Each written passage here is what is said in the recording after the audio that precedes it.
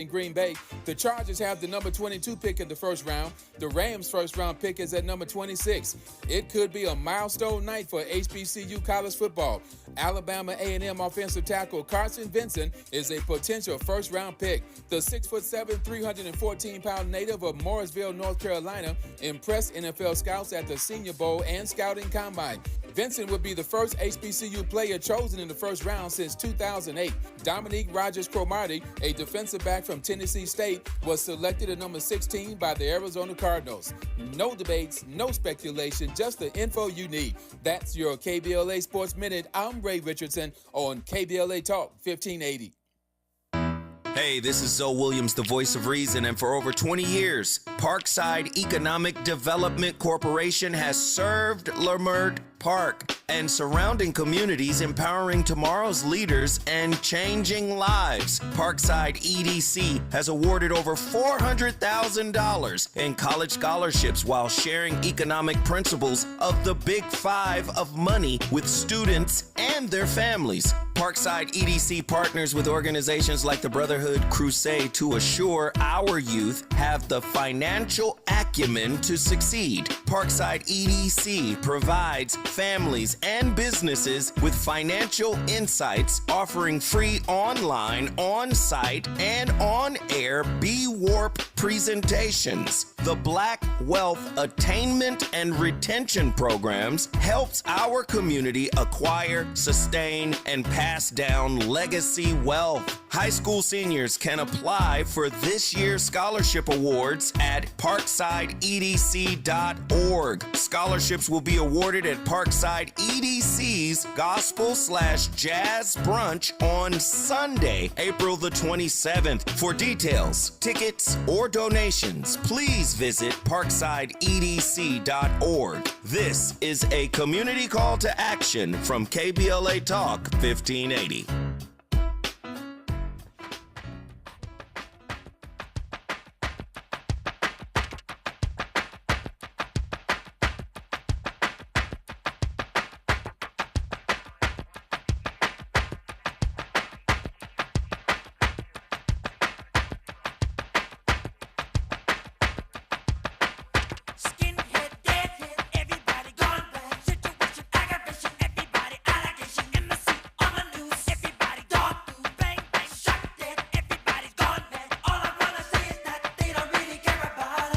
Tavis, Smiley, delighted to have you with us in this second hour of our program. Michael Joseph Jackson, they don't really care about us. In this hour, as promised, a conversation, political conversation, domestic and international. We're going to cover it all with University of Houston professor, historian, and author Gerald Horne. Professor Horne, good to have you on this program. How are you today, sir? Fine, and thank you for inviting me. It's good to have you back on the program. Thank you for your time. Glad we have an hour. There's a whole lot I want to cover here. I think I want to start with this. We just finished our first hour of today's program, and spirited conversations with a couple of guests about a variety of subject matter, but it leads me to start this second hour, given where we went in the first hour, and the audience heard it, if you did not. But I want to just ask, as a historian, as an African-American historian, how you frame this moment that we find ourselves in. And that's a big question. I'm asking it that way unapologetically to give you all the canvas you need to paint. But as a historian, and we understand that historians will look back on this moment and offer their own assessment years down the road. But in this moment, as a historian, how do you frame this situation that we find ourselves in? Well, first of all, on the global level, I think we're undergoing a profound and major global transition. Recall that it was in the 1600s that Holland was replaced as a major power by England. Post 1945, the United States replaced Great Britain as a major power. And now we see that China is in the passing lane, which is going to have significant repercussions. It'll have significant repercussions for white supremacy. It'll have significant repercussions ideologically, given the fact that China's headed by a communist party. Domestically, I think that we're headed backwards. What I mean by that is that the absence of due process of law in terms of sending U.S. residents to a hellhole of a prison in El Salvador, with Mr. Trump promising that so-called homegrowns, I'm not sure what that means, but presumably it can mean yourself or myself, might be next on the list to be deported to El Salvador without due process of law. And then I think next up on the agenda will be denaturalization. That is to say, stripping U.S. nationals of their U.S. citizenship. So we are headed backwards in terms of civil liberties, and this is taking by surprise all too many. I'm going to spend the rest of this hour unpacking all that you've just laid out here a moment ago on the domestic front. But before I do any of that, let me go back to your initial point about China, and I love the way you framed it. China is in the passing lane. We're in the right lane. They're in the left lane. They're in the passing lane. What does it mean that China is in the passing lane? Well, it means quite a bit economically. You might have noticed that recent meeting in the White House with the CEOs of Walmart, Target, and Home Depot. They told Mr. Trump that if he did not reverse course with regard to this trade war, tariff war so-called, that within weeks there would be empty shelves in stores. Recall that Walmart is also a major provider of groceries. Keep in mind as well that days before that, there was almost a meltdown in the bond market. That is to say, the ability of the United States to borrow, to propel everything from the Pentagon to the post office. Obviously, the amount of interest that the United States has to pay in order to get loans has gone up. That ricochets through the economy, making it more expensive to buy cars, making it more expensive to get mortgages for residences. And this is a function, this is a byproduct of this trade war with China, which started on so-called Liberation Day, April 2nd, 2025. And as we enter the end of this month, there's a possibility that this will be the worst month that Wall Street has endured in an April since 1932, when the Great Depression was attaining liftoff. I enjoy always having conversations with brilliant historians who can help us frame the moment that we find ourselves in, rather, before other historians down the road get a chance to look back on it. Nothing like trying to assess where you are in real time. And so I'm delighted to have Dr. Gerald Horne, one of the best University of Houston historian, author, and professor on this program during this hour. He mentioned moments ago that any of us, if Donald Trump has his way, could be shipped to a prison in El Salvador.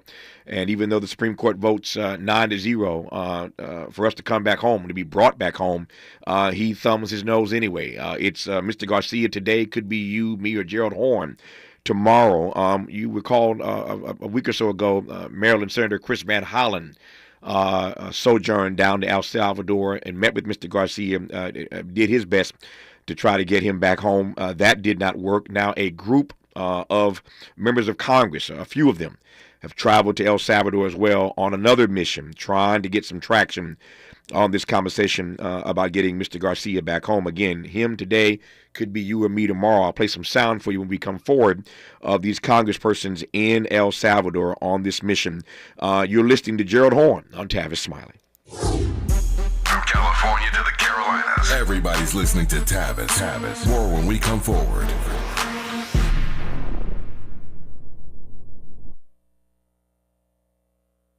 Texting privacy policy and terms and conditions posted at textplan.us. Texting enrolls for recurring automated text marketing messages. Message and data rates may apply. Reply stop, opt out. Consult a doctor prior to use. Wow, you look amazing. What have you been doing? I'm sure you've heard of Ozempic, Wegovy, and the other GLP-1 medications, right? Well, I found this great company called Zelfie. If you qualify, their providers can prescribe medications like Ozempic and Wegovy and other GLP-1 medications that are 80 to 90% less expensive, all 100% online. I can get GLP-1 medications for 80 to 90% less and do it all online? No doctor's office or pharmacy? Yes, Zelfie can provide semaglutide or tirzepatide, the active ingredients in Ozempic and other expensive GLP-1s, but for 80 to 90% less and shipped directly to your door. How do I get started with Zelfie? Just send them a text. Text SKINNY to 323232 to get started today with Zelfie. Get the same active ingredients in Wegovy or Ozempic, but for 80 to 90% less and 100% online. Don't wait. Text SKINNY to 323232 right now for a link to your exclusive offer. Text SKINNY to 323232. That's SKINNY to 323232. SKINNY to 323232. Barbecue season is back.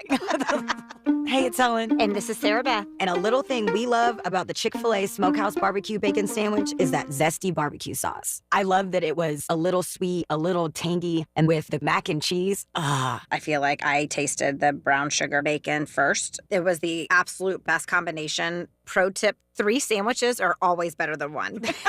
Order the Smokehouse Barbecue Bacon Sandwich and a Coca-Cola on the Chick-fil-A app for a limited time. Real guests paid for their testimonials. Make a move into a home of your own. With City National Bank's Ladder Up Home Loan Grant, you could receive up to $20,000 that you never need to pay back. Use it toward your down payment, save on closing costs, or to buy down your mortgage rate. Find out more at cnb.com/ladderuphome. City National, here for every stage of the journey. Property must be in a qualifying market in California, New York, or New Jersey. Additional terms and conditions apply. Not all applicants will qualify. Terms are subject to change without notice. City National Bank is an equal housing lender. Member FDIC. NMLS number 536994. This is the story of the one who, as a maintenance specialist for a historic high-rise, knows that vintage charm historically needs constant attention.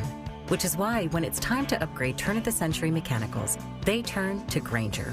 With easy access to 1 million-plus products and the scale to deliver when and where you need them.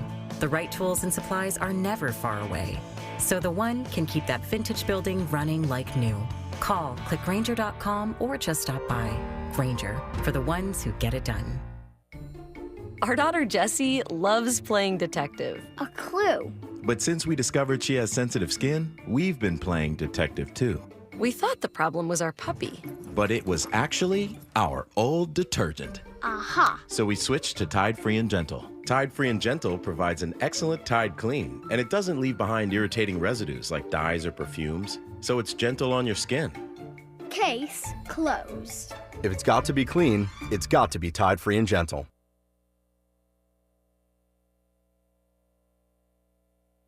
Helping to make you the most knowledgeable person in your circle of friends. This is Tavis Smiley. Tavis Smiley and University of Houston historian Dr. Gerald Horn. Before I continue our conversation with him, there is some breaking news, literally. These court decisions seem to be happening every day, right? If I had a dime for every time I've broken into a conversation with breaking news of some decision from some court regarding Donald Trump and these executive orders, I might be independently wealthy because they happen every 5 minutes, it seems. We were talking in our first hour, though, with Sharia Smith, president of the American Federation of Government Employees, Local 252. She's in Dallas. We were talking, Professor Horn, with her about these layoffs, 2,800 layoffs in the Department of Education, disproportionately, of course, impacting African-American people. Spirited conversation with Sharia Smith about those issues and the impact these layoffs are going to have, these firings are going to have on the education of our babies. A federal judge moments ago in New Hampshire limited Donald Trump's ability to withhold school funds over DE&I. The administration was seeking to cut off money from public schools that allowed certain diversity and equity programs, but a federal judge, Landia B. McCaffrey, said that the administration had not adequately provided detailed definitions of diversity, equity, and inclusion, and that its policy threatened to restrict free speech in the classroom while overstepping the executive branch's legal authority over local schools. She also wrote that the loss of federal funding would cripple the operations of many educational institutions. And so there you have it. For the moment, a federal judge has limited the administration of Donald Trump's ability to cut off money from public schools that allow certain diversity and equity programs, saying essentially, y'all didn't even define this yet. What do we mean by diversity, equity, and inclusion? What programs are you going after? And again, to her point, that these moves by the Trump administration, or Donald Trump specifically, in these executive orders he's been signing, would cripple the operations of many educational institutions. Again, for the moment, we'll see what happens next. He has been halted, or limited certainly, in his ability to stop funding public schools that have certain diversity programs. There you have your breaking news at this hour, at least. Again, our guest in this hour is Dr. Gerald Horn, University of Houston historian, author. Delighted to have him on this program. He was talking a moment ago about Donald Trump's comment his recent comment that homegrowns are next. And Dr. Horn said, I'm not sure what that means. I'm not sure what it means either. I tell you what I think it means. It means us. We're talking about Mr. Garcia right about now being shipped to El Salvador. I mean, he shouldn't have been sent there in the first place. And all kinds of members of Congress now, senators, congressmen, congresspersons, trying to get him back home. But Donald Trump says homegrowns are next. I think, again, that means people like you and like me who could be randomly arrested and sent to El Salvador or someplace else with no way to get back home. Even after the Supreme Court votes 9-0 to bring you back home, you're still stuck in an El Salvador prison. Again, it's Mr. Garcia today, could be you or me tomorrow. All that said, here's some sound from a different Garcia. This is Robert Garcia. The guy in prison is Mr. Abrego Garcia. But this is Congressman Robert Garcia, Democrat of California, alongside other members of Congress in El Salvador, trying to get Mr. Garcia back home. Give it to me, Miles. We're here in El Salvador demanding the release of Kilmar Abrego Garcia. We think it's incredibly important that the law in the United States is followed. Our Supreme Court, in a 9-0 decision, to be clear, has said that Mr. Abrego Garcia should be returned to the United States. That's been affirmed by other courts in the U.S., and we also want to be clear that the Trump administration has admitted publicly that he was sent here by mistake. So the administration has said that he was here by mistake. The Supreme Court has said, bring him back to the United States. And that's what we're here to do. We're grateful of Senator Van Hollen's work leading up to this moment, but we're here to ensure that he is safe, that he's brought home. And we've had meetings this morning with the U.S. Embassy and the team here on the ground. We're having additional meetings here with human rights groups that are here on the ground and other individuals. We've also spoken to the Abrego Garcia family and had a briefing from the family. And we want to be just very clear that he needs to come home. This is about due process. Every person, even if they're an immigrant, a migrant to the U.S., seeking asylum, they're on some type of temporary status, they deserve a day in court and due process. And that's why we're here, to ensure that the President of the United States follows the orders of the Supreme Court. With that, I'm going to turn this over to Congressman Frost. Professor Horn, I don't know why this is the case, but my mind works in strange and weird ways sometimes. As I was listening to that clip, my mind went back to Jesse L. Jackson Sr. and his trip to Syria, as I recall, to bring back home Lieutenant Colonel Robert Goodman. I think that's his name. You recall this story, Professor Horn? Absolutely. Yeah, I think it's Robert Goodman, I think is his name. Yeah, somebody correct me on that if I'm wrong. Look it up right quick. But Jesse Jackson went to Syria to bring this brother back home. And he's done that, Jesse did that any number of times, went around the world using his peacekeeping, negotiating skills to get persons. Am I correct? Robert Goodman, that's what I thought, yeah. I still got it, y'all. I still got it. It's always nice when you think of something 30 years later and you get it right. That doesn't happen to me all the time, but I still got it today at least. I called his name correctly. I'm glad about that, because if I'd been wrong, I'd want to get the record right. But Jesse Jackson did some amazing work all those years ago. We pray for him now as he battles Parkinson's disease, of course, not the Jesse that he once was. Then again, all of us eventually have to do that dance with mortality. But Jesse would travel the world when asked, and again, used his God-given talent and skills to get folk released. That's one frame. But this frame, I'm thinking now, Professor Horn, in this moment, is really bizarre. Jesse wasn't going to Syria to bring back somebody who the President of the United States had sent there. We've never seen anything like this. And at a certain level, it ought to be embarrassing and humiliating, not to Trump, although, again, without a conscience, I suspect it's impossible to embarrass or humiliate him. But it ought to be embarrassing and humiliating for all of us that our president has wrongly sent someone to a prison in another country and refuses to bring that person back, such that members of Congress, the Senate, and the House have to go to that country and try to convince them to let this man come home to his family. You see the contrast I'm making here. I digress. It's all yours, Professor Horn. Well, worse than that, perhaps, is the fact that Mr. Abrego Garcia's spouse is now in hiding because, quote, accidentally, unquote, the Department of Homeland Security released her home address on the internet. However, when I was listening to the sound that you just played, my mind reeled back to the 19th century. Recall that before the U.S. Civil War, Maryland had the largest free Negro population in the United States of America. Perhaps you can connect that to the fact that Maryland now has a black governor and a black junior senator. And in Annapolis, the state legislature decided that their existence was a poor example for the enslaved population. So they began a colony in West Africa, eventually annexed by Liberia, in order to deport the free Negro population en masse to West Africa. Now, fortunately, that did not necessarily gain altitude, although hundreds, perhaps a few thousand, were ultimately deported, not unlike Mr. Abrego Garcia. Yeah. How concerned are you? You raise it. I want to follow you in this regard. How concerned are you about these homegrowns? This is Donald Trump's comment that homegrowns are next. And again, like you, I'm not so sure what he means by that. He did not define it, but homegrowns to me means homegrowns. And I'm a homegrown American. You're a homegrown American. I think that means us. Tell me more.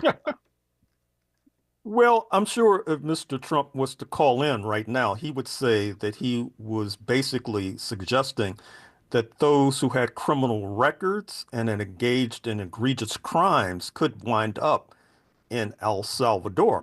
But in terms of anticipating the next maneuvers of Mr. Trump, during the campaign, he indicated, and Stephen Miller, his right-hand man, indicated that they were going to move towards denaturalization. That is to say, stripping away the citizenship of certain U.S. nationals. Now, I presume that means folks who were, for example, born in Jamaica, born in Barbados, born in Trinidad, and then came to the United States and became U.S. nationals.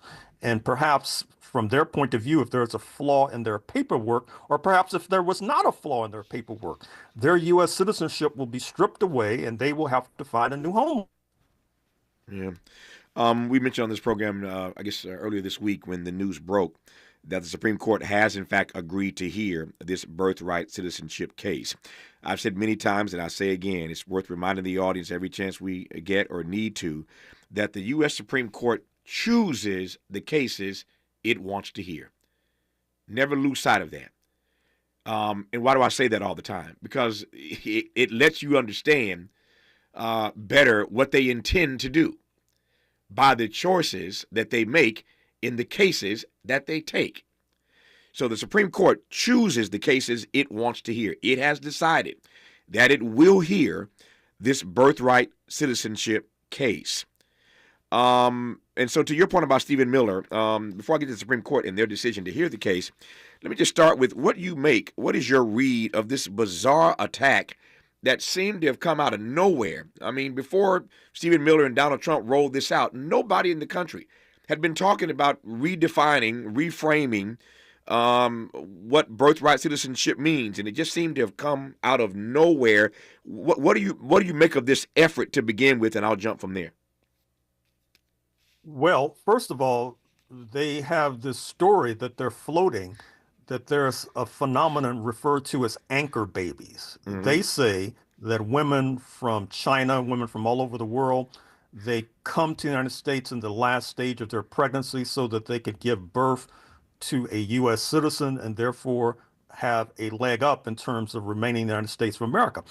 Our audience needs to understand that when the Congress and the states voted on the 14th Amendment, which basically said that anyone born in the United States was a national of the United States, was a citizen of the United States.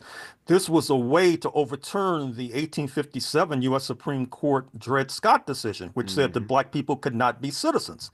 So the 14th Amendment birthright citizenship proviso was designed to overturn that. So if that proviso is overturned, what does that mean? Does that mean we have a return to Dred Scott? We're sailing into uncharted waters, and perhaps intentionally or not, Captain Trump and his right-hand man, Stephen Miller, have not determined what our ultimate course will be. What does it mean to you that the Supreme Court has decided to hear this case about birthright citizenship? Well, as I said, I don't want to be alarmist or perhaps to overly excite the audience or incite the audience, but they're really playing with fire because when you start tinkering with this constitutional machinery that's been developed over decades, over more than a century, it's hard to say where this will end up, particularly given the rightward lean of a good deal of the U.S. electorate. As I said, it could lead to a return of Dred Scott. Now, I think that part of the good news is that with the hash that Mr. Trump has made of the economy, he's losing political support. His poll numbers are going down. This will have repercussions in terms of what he's able to do domestically, for example, in terms of sending homegrowns to El Salvador, for example. Yeah. I recall this is years ago, before Donald Trump's first term, and he was talking about running for office. I was on one of the Sunday morning shows. I recall it was This Week with George Stephanopoulos, and I called him an irascible, unrepentant, racial arsonist. And everybody took me to task for calling Donald Trump an irrational, unrepentant, racial arsonist. I went on to say that Donald Trump, in the way he was moving even then, his move suggested to me that if he had his way, black folk might once again be picking cotton in this country if he had his way. Everybody said, man, Tavis is on crack. I mean, there's no way that this country would ever be so revisionist and engage in such a reversal of our politics and of our history that we would end up picking cotton again. And people laughed at me when I made that comment. Now here comes Professor Gerald Horne suggesting that if you undo birthright citizenship, you're back to Dred Scott. And if there is a return of Dred Scott, they laughed at me when I said that. They scoffed at me, thought I was out making an outrageous comment about where this country was headed. So when we come forward, I want to ask Professor Horne, what does it mean? What would it mean, rather, if we found ourselves in this moment rolling stuff back so quickly, so aggressively, so assiduously, that we find ourselves back to Dred Scott? I know it was hard for folk to imagine prior to Trump 2.0, but many of us saw this then. We saw it then. What does it mean? What would it mean if we found ourselves back to Dred Scott in 2025, depending on how the Supreme Court moves on this matter? That, Professor Gerald Horne, when we come forward on Tavis Smiley. This is getting good. Yeah, man. Tavis Smiley continues when we come forward.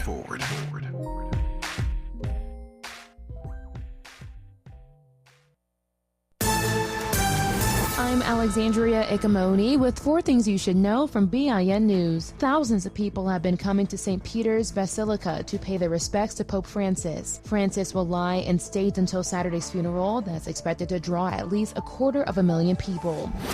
President Trump is cracking down on DEI in American education with 2 new executive orders. One is aimed at organizations that evaluate colleges for accreditation and who the White House says have, quote, abused their authority by imposing discriminatory and, quote, DEI standards. Another order provides new guidance for K-12 schools to ensure that school discipline policies are based on objective behavior and not DEI. No more structures are threatened and evacuation orders have been lifted as a New Jersey wildfire continues to burn. Black people are reacting to the news that President Trump saying Ukrainian President Zelensky is making it hard to settle the war with Russia. Get BIN News on demand at BINnews.com. Why do we grill to order at Waba Grill? Because it's just better for you. And our Asian-inspired menu has high-quality proteins that are healthier for you. Download the Waba Rewards app or order online at wabagrill.com. Waba Grill, it's for you. This is the KBLA Sports Minute with Ray Richardson. The best first-round series in the NBA playoffs resumes tonight at the Intuit Dome in Inglewood. Clippers and Denver in Game 3. The series is tied at 1-1. Game 1 was decided by 3 points in overtime. Game 2 resulted in a 2-point win for the Clippers. 7 p.m. tip-off tonight. The 3-day NFL draft jumps off tonight in Green Bay. The Chargers have the number 22 pick in the first round. The Rams' first-round pick is at number 26. It could be a milestone night for HBCU college football. Alabama A&M offensive tackle Carson Vincent is a potential first-round pick. The 6'7", 314-pound native of Morrisville, North Carolina, impressed NFL scouts at the Senior Bowl and Scouting Combine. Vincent would be the first HBCU player chosen in the first round since 2008. Dominique Rodgers-Cromartie, a defensive back from Tennessee State, was selected at number 16 by the Arizona Cardinals. No debates, no speculation, just the info you need. That's your KBLA Sports Minute. I'm Ray Richardson on KBLA Talk 1580. We've got a lot to talk about. Hi, I'm Zoe Williams, a.k.a. the voice of reason, encouraging you to join me weekdays from 7 to 9 p.m. for the world's most intriguing relationship radio roundtable. Every night, I facilitate and encourage our loyal listeners to participate in the most engaging relationship discussions you'll hear anywhere. So make it a point to rendezvous with me, Zoe Williams, the voice of reason, Monday through Friday, 7 to 9 p.m. Pacific Standard Time. Trust me, your relationships will never be the same. The VOR is on fire tonight. Unapologetically progressive. KBLA Talk 1580. We've got your black.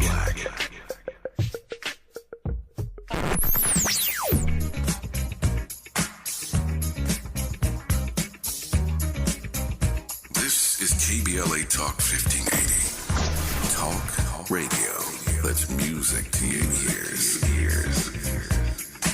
We're unapologetically progressive. KBLA Talk 1580.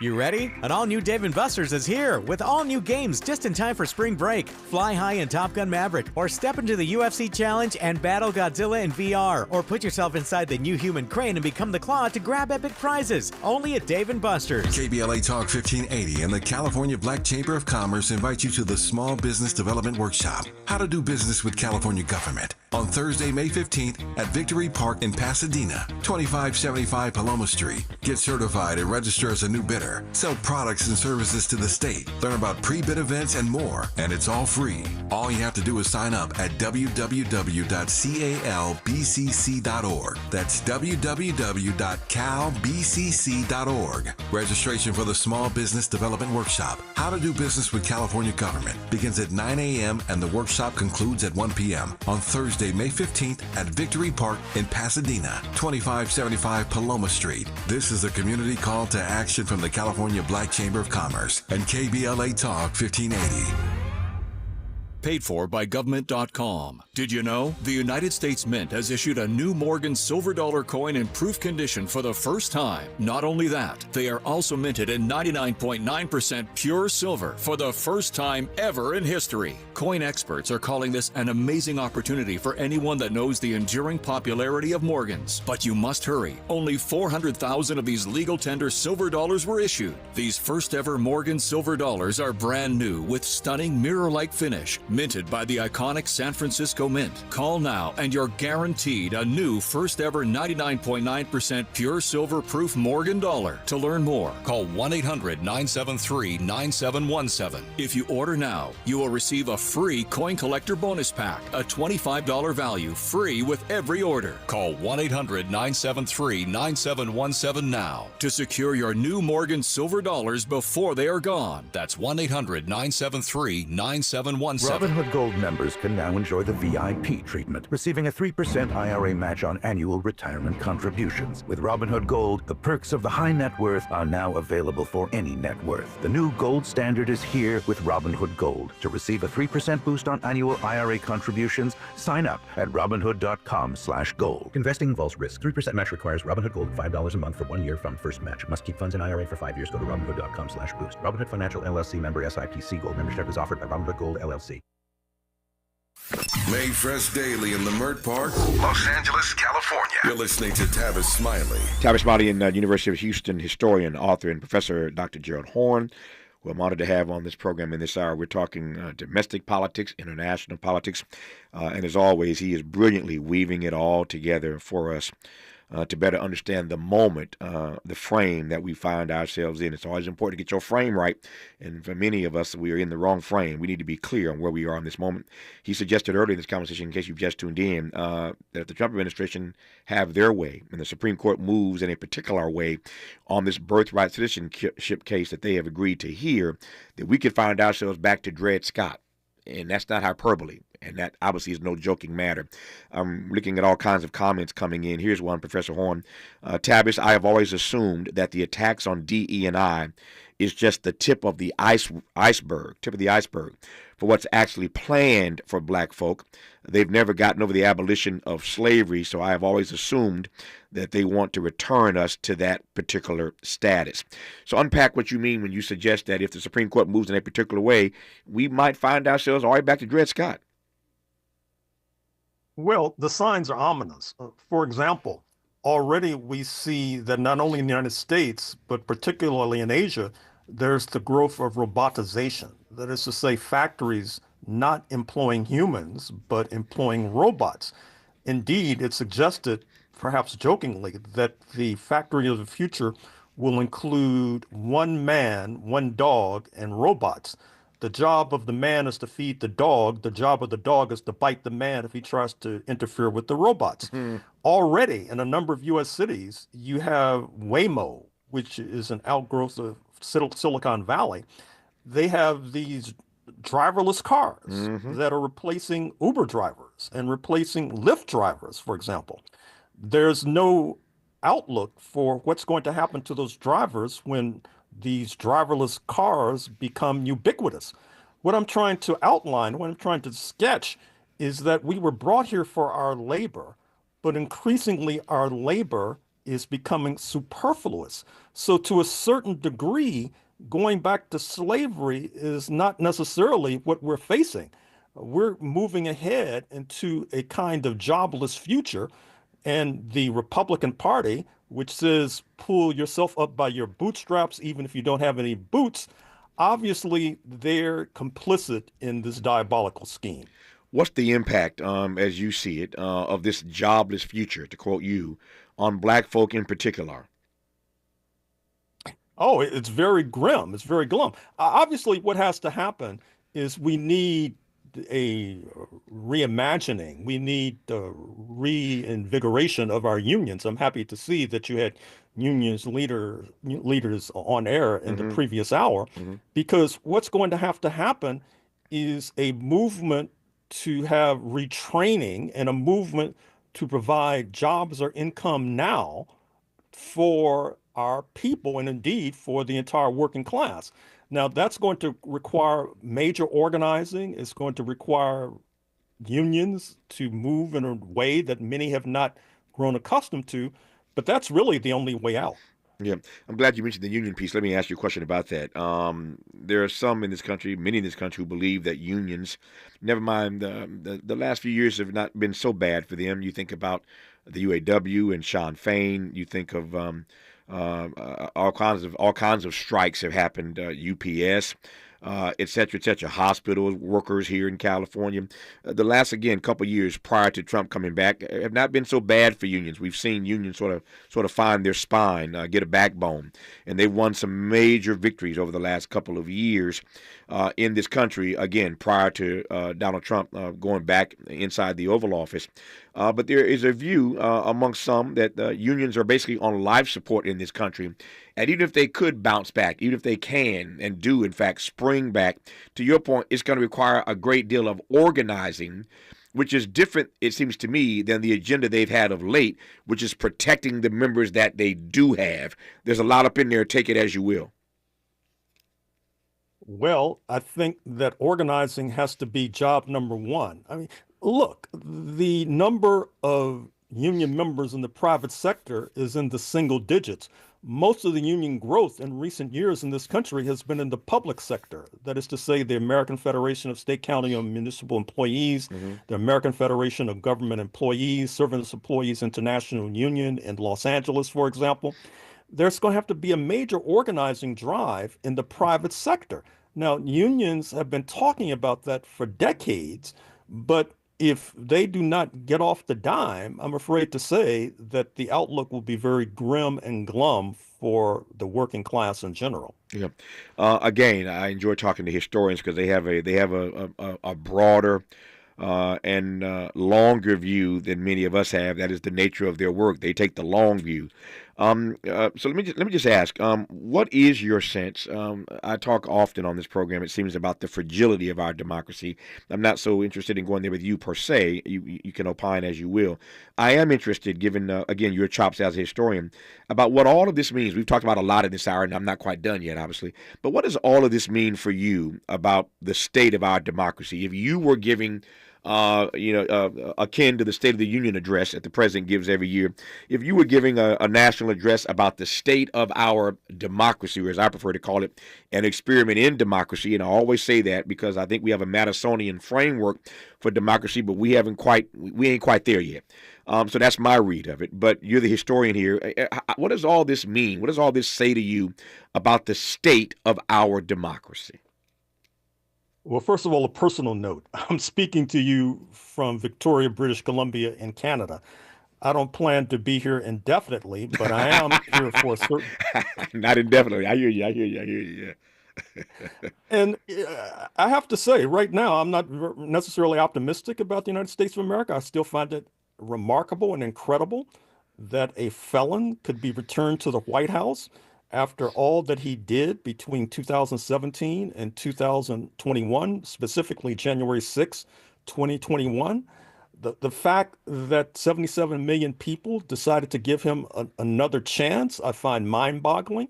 And now we have to worry about Trumpism without Trump, because what I've noticed of late is that there are folks who are saying, well, 77 million people voted for him because they thought he would bring down the price of eggs, which is really giving the electorate who voted for him a pass and is really preparing the way for a revived kind of Trumpism as Mr. Trump's popularity ratings head towards the basement. So the United States right now, if it were a stock, I would short it. That is to say, I would bet upon its value declining. Yeah. I was at a dinner meeting the other night, and it turns out there were a couple of black U.S. expats who were at the table. They were back here in the States for just a couple of weeks doing some business, but they reside outside of this country. And about a year or so ago on this program, I did a conversation, as I recall, with 4 expats, black expats, who joined this program via Zoom from different parts of the globe. And every one of them was happy with where they were living. Now, I say this because this happened prior to Donald Trump returning to the White House. But even then, in the Biden era, they were happy as black people living in different parts of the globe, having left the U.S. They were happy with their conditions and their situation and their circumstances and the settings in which they were living in that moment. To your joke a moment ago that you don't intend to be in the B.C. Indefinitely, when we come forward, I do want to just get your take again on this notion of black people leaving this country and going to other places where they feel more welcome, where they don't have to deal with their phone pinging every 2 minutes with the next thing that Donald Trump has done to come after black people, et cetera, et cetera, et cetera. Let's talk about black people and whether or not many of us are going to be, one at a time, getting up out of here over the next few years. Our guest is Gerald Horn on Tavis Smiley. Generous listening. Charitable listening. It's why everybody wants to talk to Tavis. The conversation continues when we come forward. This is an ad by BetterHelp.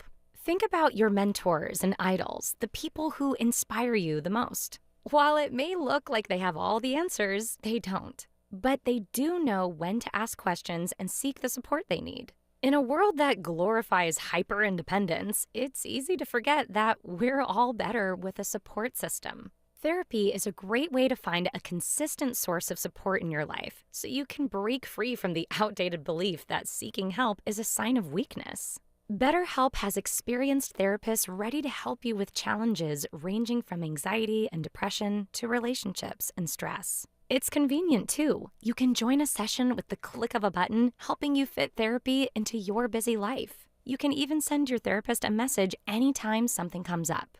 Build your support system with BetterHelp. Visit betterhelp.com/ABC radio today to get 10% off your first month. That's BetterHelp, HELP.com/ABC radio. We asked seniors how to prevent Medicare scams. My best advice, if you get a phone call, do not talk to the person. These people are well trained. Don't talk to them. They don't know me. They're just trying to scam me. Don't be fooled. Hang up. Just hang up. Never give out your Medicare number. They're going to get your number to put in a false claim. If I get a call from someone, I don't pick up the phone. And should I pick up the phone and they ask for information, then I hang up. How do you detect Medicare fraud? Just like I check my credit card statements, I check my Medicare statements monthly. Scammers can get a hold of your number, order medical devices through your account, and you're not even going to know about it if you don't look at your statement. Check your statement every month.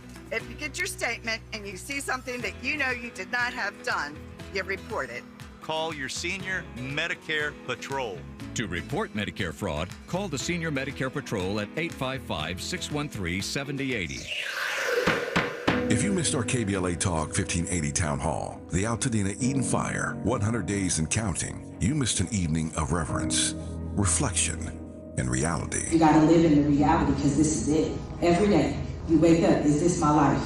Don't stay in denial because yes, it is. Don't stay in bargaining where you're praying for a miracle and if it wouldn't have happened, then this is what I would have done. It did. Our panel participants kept it real. Really real. I think, number one, it's amazing to me how we ignore systemic racism in our community, and as a people, we've apologized for so much, but when will we stop apologizing for what we have paid for? Because the truth of the matter is we paid for this. You can always count on KBLA Talk 1580 to give it to you straight, no chaser. When you love folk, you tell them the truth. Seeking the truth, speaking the truth. We're KBLA Talk 1580, and we don't black down. Let's get back to more of this rich dialogue with Tavis Smiley. Tavis Smiley, Professor Gerald Horn, University of Houston historian, author and professor. Delighted to have him on the program in this hour. Your comment about not being in the BC in British Columbia indefinitely got my attention and made me laugh. But there is a serious side to this conversation, and that is to say that there are a number of African Americans. I've talked to, again, some of them over the last couple of years, and that was prior to Donald Trump coming back into the White House, who are looking elsewhere. Professor Horn, what say you? Well, it's understandable. This is nothing new. I spoke a moment or two ago about how free Negroes in Maryland were shipped involuntarily to West Africa. But at the same time, right here in British Columbia in the 1850s, you had a significant percentage of the Black population of San Francisco move northward to Canada because they were outraged and disgusted by the kind of maltreatment they were receiving in the city by the bay. Interestingly enough, they were welcomed by Sir James Douglas, who happened to be the leader of that then British colony, who was of African descent, believe it or not. And so this idea of Black expatriation is nothing new. Just think about W.E.B. Du Bois, who spent his last years, his last 9 days in West Africa and Ghana. I think that this is nothing new. You do not necessarily desert the struggle when you leave the United States because oftentimes you have more latitude.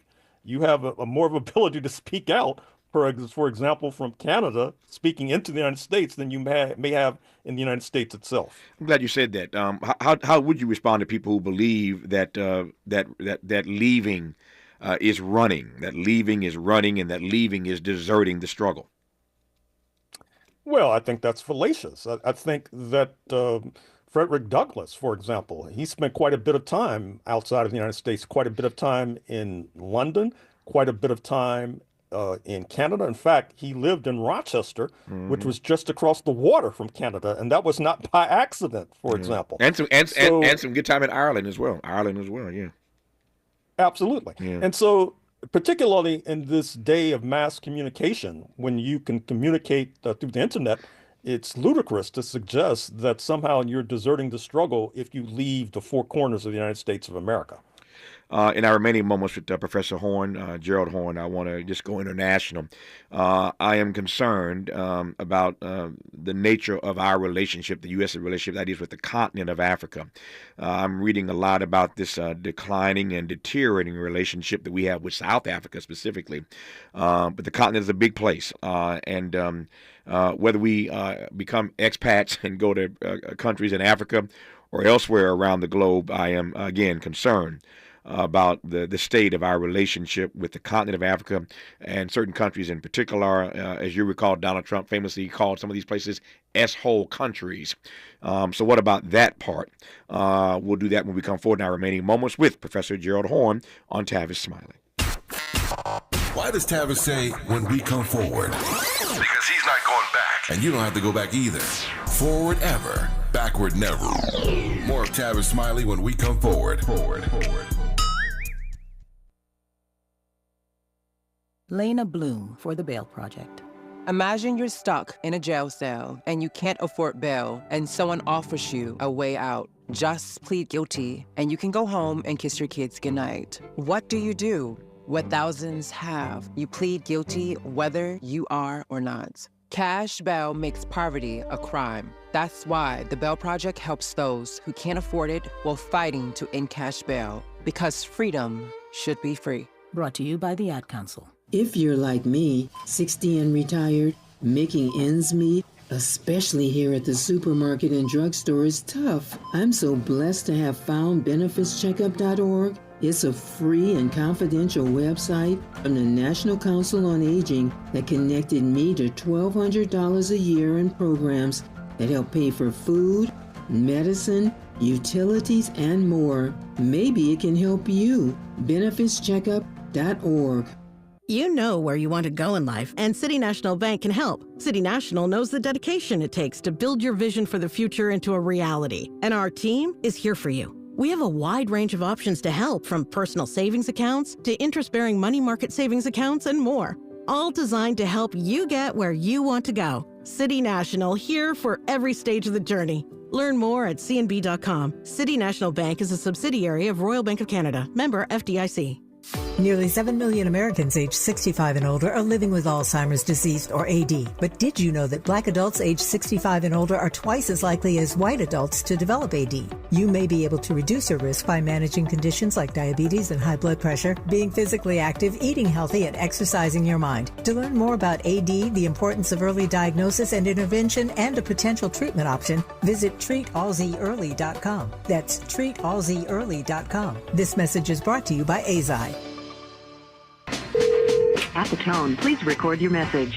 You ready? Drop it! Mr. Tavis Smiley, preach it. Thank you, man. Politics in this country is crazy. You put things in perspective that even I didn't. The right is playing fast and loose with facts and scapegoating everyone under the sun, especially black and brown people. As a white man, I do not agree with this, and I am on my black and brown brothers and sisters' side. Fight the good fight. Know that I am part of the resistance. Let's fight the power. Our freedom of speech is freedom of death. We got to fight the powers that be. KBLA Talk 1580. We've got your black. Sometimes he fails at fitting in, but we're okay with that. You're inside the Tavis Smiley Show. You are indeed with University of Houston historian Dr. Gerald Horn. Just moments ago in this conversation with Professor Horn, I shared some breaking news. Another federal judge has limited the Trump administration's plan and its ability to defund public schools over diversity programs. And I said minutes ago when I shared that breaking news, this stuff happens every 5 minutes. And y'all thought I was teasing. I wasn't. There's more breaking news inside of another federal court. A judge just moments ago has blocked parts of Donald Trump's overhaul of U.S. elections, including proof of citizenship requirement. A federal judge stopped them being the Trump administration, from immediately enacting certain changes to how federal elections are run, including adding a proof of citizenship requirement to the federal voter registration form. Donald Trump has called for that and other sweeping changes, as you know, too, the way we do U.S. elections, in an executive order he signed just last month, arguing that the U.S., and I quote, fails to enforce basic and necessary election protections, close quote. that exist in other countries. But this particular judge, U.S. District Judge Colleen Collar-Catelli, sided with voting rights groups and Democrats to grant a preliminary injunction to stop the citizenship requirement from moving forward while the lawsuit plays out. So I wasn't joking when I said every 5 minutes there's another court doing something with regard to these executive orders that Donald Trump has signed. I kind of see these decisions, many of them, Professor Horn, as speed bumps. I'm not sure how this all ends, but what do you make of the speed bump nature of all of these decisions, at least slowing him down in various ways and spaces and places? Well, ultimately, it's tied to the economy. That is to say, as the economy heads towards the basement, Mr. Trump's popularity heads towards the basement as well, and that helps to stiffen the spine of federal judges who might be not inclined to rule against him. Simultaneously, I think the case you're going to have to watch out for is the case now working its way through the federal courts that will suggest that Mr. Trump's tariff war was an overreach, that it's Congress constitutionally has the right to impose tariffs, and Mr. Trump can only do so in an emergency, and the way he defines emergency obviously has holes in the reasoning and in the logic. With regard to the DEI case, we may not be out of the woods yet, because just recently the wrestling executive, the former wrestling executive who's head of the Department of Education, now in the process of being abolished, has cast doubt upon the teaching of Black history in the schools, because she sees that as an outgrowth of DEI. I think that this anti-DEI mania is part of the glue that holds the Trump coalition together. So I think they're going to fight to the end to maintain those particular measures. I've got 90 seconds left here, and I want to close with this question, which may be somewhat philosophical.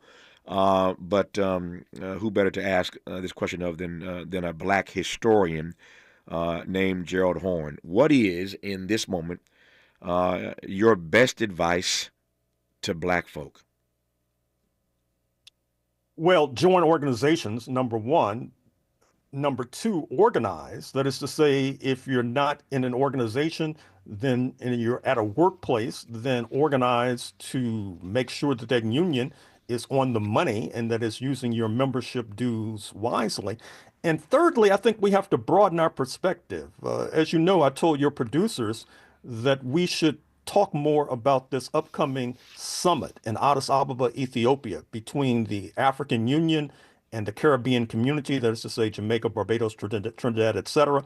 Reparations is high on the agenda. We should force our way into that meeting and also put on the agenda, besides reparations, sanctions against the Trump regime until and unless they retreat on this anti-DEI mania, not to mention helping to countenance police terror against our brothers and sisters. And very quickly, in 30 seconds, what would those sanctions look like, Professor Horn?